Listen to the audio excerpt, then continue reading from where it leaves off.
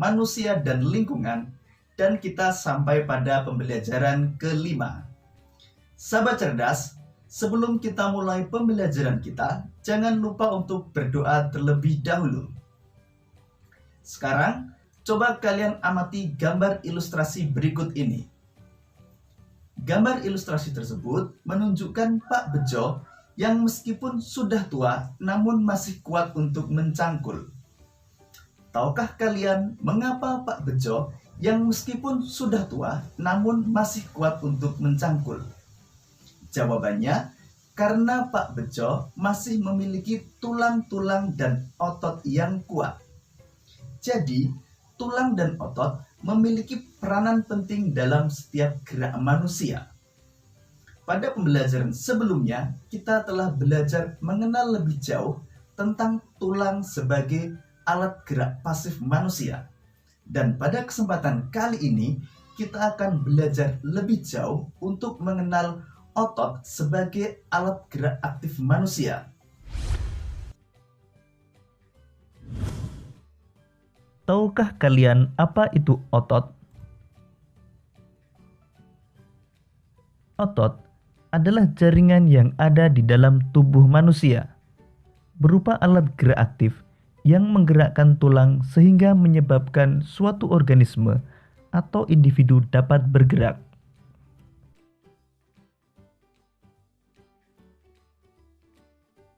Otot bekerja dengan cara berkontraksi dan berelaksasi. Contohnya pada otot bisep dan trisep. Ketika lengan bawah diangkat ke atas, otot trisep berelaksasi, sedangkan otot bisep berkontraksi. Kemudian saat lengan bawah dikembalikan ke posisi semula, otot trisep berkontraksi, sedangkan otot bisep berelaksasi.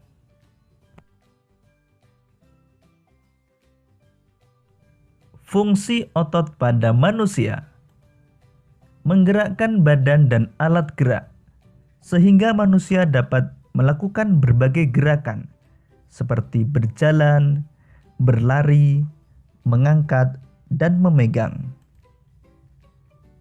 Menggerakkan organ tubuh bagian dalam, seperti pada bagian usus, saluran peredaran darah, dan pada saluran kemih. Menggerakkan jantung sehingga dapat memompa darah ke seluruh tubuh.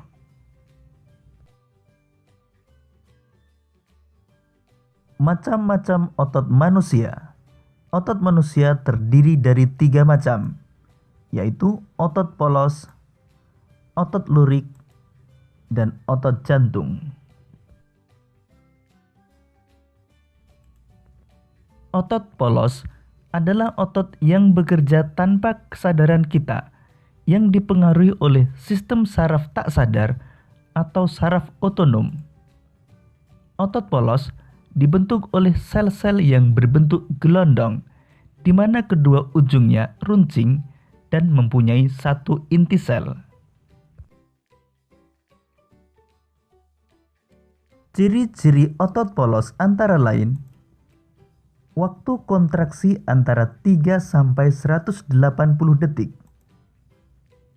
Bentuk dari otot polos adalah gelondong.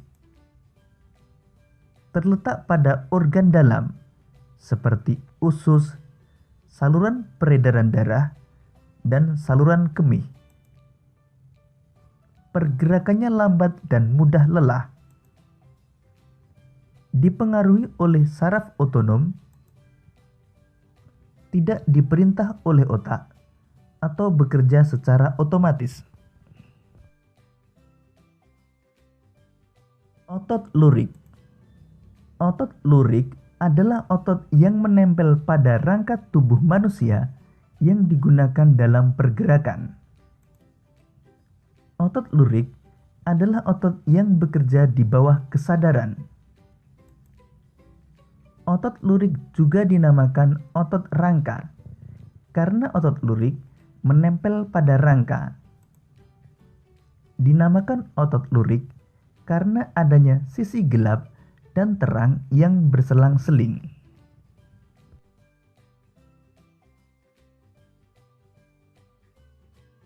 Ciri-ciri otot lurik antara lain: bentuk silindris dengan garis gelap terang, melekat pada rangka, bekerja secara sadar dengan perintah otak, pergerakannya cepat dan mudah lelah, mempunyai pigmen mioglobin, bentuk yang panjang dan memiliki banyak inti sel atau multisel. Inti sel yang berada di tepi. Otot jantung.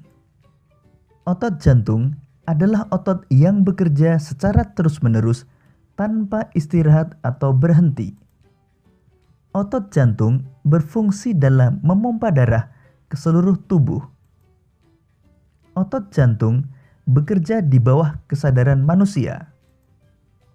Syaraf yang memengaruhi otot jantung adalah saraf simpatik dan saraf parasimpatik.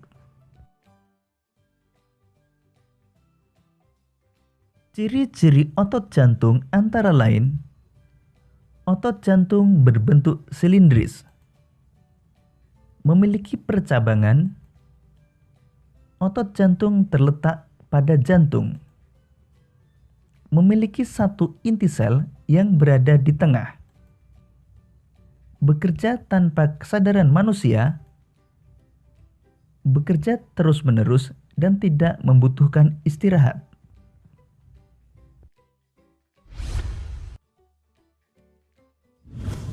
Demikian tadi sahabat cerdas penjelasan tentang otot manusia. Bagaimana? Sudah paham? Untuk lebih memahaminya lagi, sekarang mari kita baca bacaan tentang otot manusia berikut ini. Kemudian kita akan menentukan ide pokok setiap paragraf. Otot manusia. Otot-otot dalam tubuh manusia memiliki beberapa fungsi, tetapi fungsi yang utama adalah untuk bergerak. Adapun fungsi-fungsi yang lain antara lain untuk mendukung tubuh, menjaga postur tubuh, dan menjaga suhu tubuh. Semua fungsi otot tersebut dapat dilakukan apabila otot dalam keadaan sehat, tanpa terjadi gangguan atau kelainan. Kalimat utama pada paragraf pertama terletak pada kalimat pertama. Jadi, ide pokok dapat kita tuliskan beberapa fungsi otot manusia.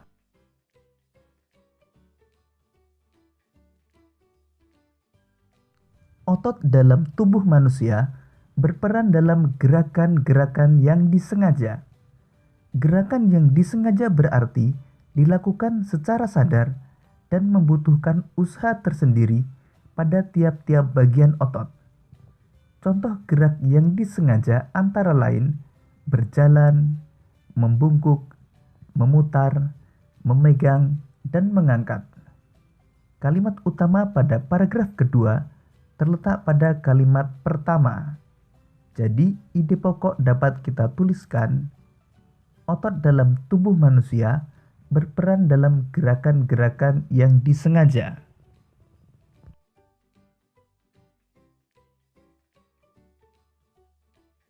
Selain itu, otot dalam tubuh manusia juga berperan dalam gerakan manusia yang tidak disengaja. Gerakan manusia yang tidak disengaja adalah gerakan yang terjadi secara otomatis. Contoh gerak yang tidak disengaja antara lain pernapasan, gerak pencernaan makanan melalui sistem pencernaan, dan detak jantung. Kalimat utama pada paragraf ketiga terletak pada kalimat pertama.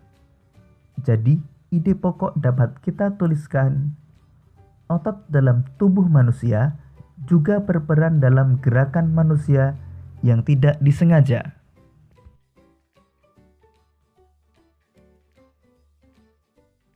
Otot dalam tubuh juga berfungsi memberikan dukungan.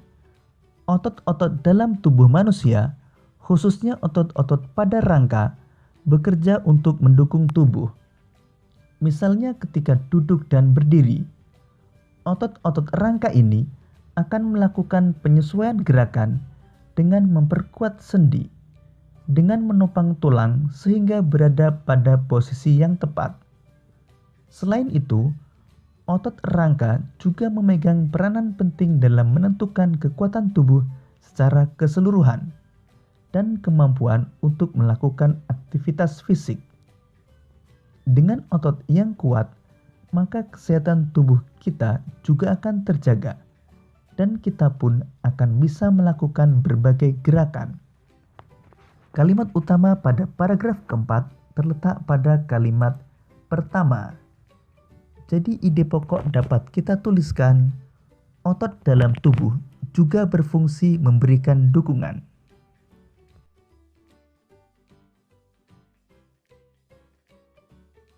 Fungsi lain dari otot adalah untuk mempertahankan postur tubuh.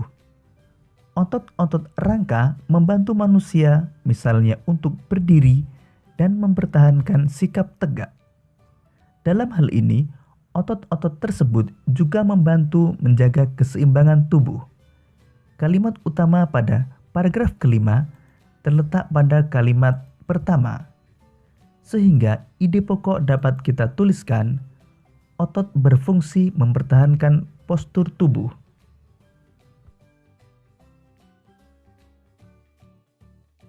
Otot juga berperan dalam menjaga suhu tubuh secara keseluruhan.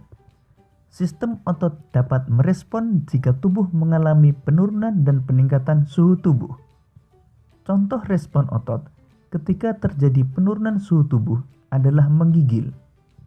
Menggigil adalah respon tidak sengaja di mana otot berkontraksi secara tepat untuk menghasilkan panas. Otot yang menggigil tersebut menuntut peningkatan darah yang mengandung oksigen untuk meningkatkan suhu tubuh. Kalimat utama pada paragraf ke-6 terletak pada kalimat pertama. Jadi ide pokok paragraf ke-6 dapat kita tuliskan, otot berperan dalam menjaga suhu tubuh secara keseluruhan.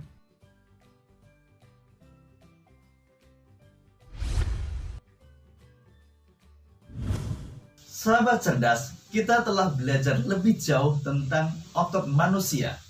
Masih ingatkah kalian pada pembelajaran sebelumnya kita telah belajar tentang cover? Kita telah mengetahui syarat-syarat cover yang baik. Sekarang kita akan mencoba untuk mendesain cover. Untuk dapat menghasilkan cover yang baik, kita harus benar-benar memahami isi bacaan atau isi buku yang akan kita buat covernya.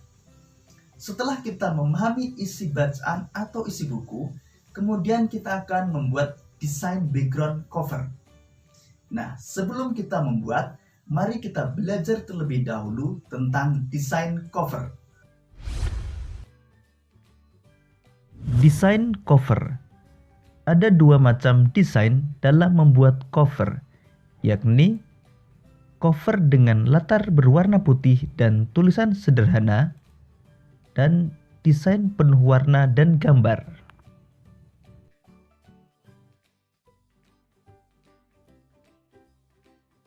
Desain pertama yaitu cover dengan latar berwarna putih dan tulisan sederhana. Pada jenis ini, tidak ada gambar yang memenuhi halaman. Bahkan, terkadang hanya berisi judul, nama pengarang, dan nama penerbit. Dengan demikian, yang nampak dominan adalah warna putih dan ruang kosong. Ruang kosong semacam ini dimaksudkan sebagai ruang yang lega agar mata tidak sesak terpenuhi oleh gambar.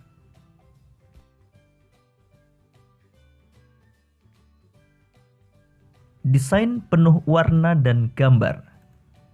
Pada jenis ini, bagian yang dominan adalah gambar ilustrasi dan judul. Selain itu, juga disajikan permainan warna yang mencolok dan bervariasi.